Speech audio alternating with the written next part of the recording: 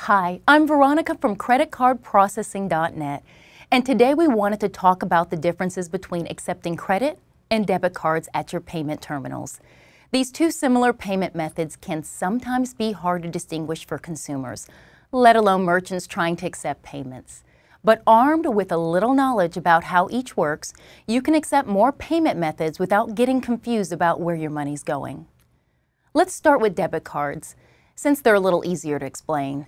Debit cards work through what is called an online transaction because it deals directly with money that your customer has in his or her checking account.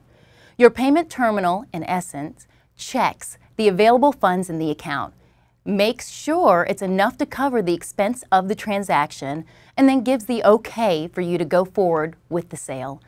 The consumer gives permission for the transaction by keying in their PIN, meaning that all parties have signed off on the transaction.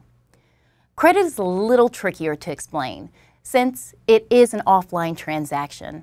This means that instead of a personal identification number serving as an almost instantaneous form of verification, your customer instead offers his or her signature. Your terminal will still communicate with the person's credit line, but there is less certainty. For starters, that credit cards may be stolen.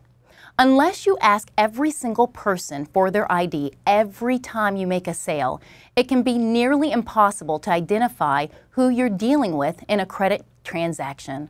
Also, because it is offline, it takes longer to settle the transaction, meaning that the account could be reported as delinquent before the payment is settled. To reflect the higher degree of risk involved in this settlement window, credit transactions will typically be processed with higher transaction rates than debit. The same is also typically true of debit cards that are run through as credit, which is a popular option for many customers in an attempt to protect their PINs.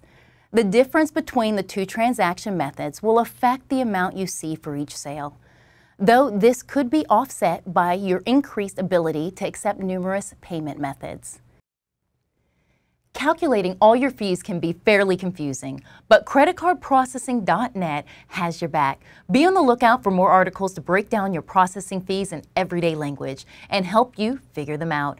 Thanks for watching, and we'll be back soon here for more tips and advice. And remember, smart processing is smart business.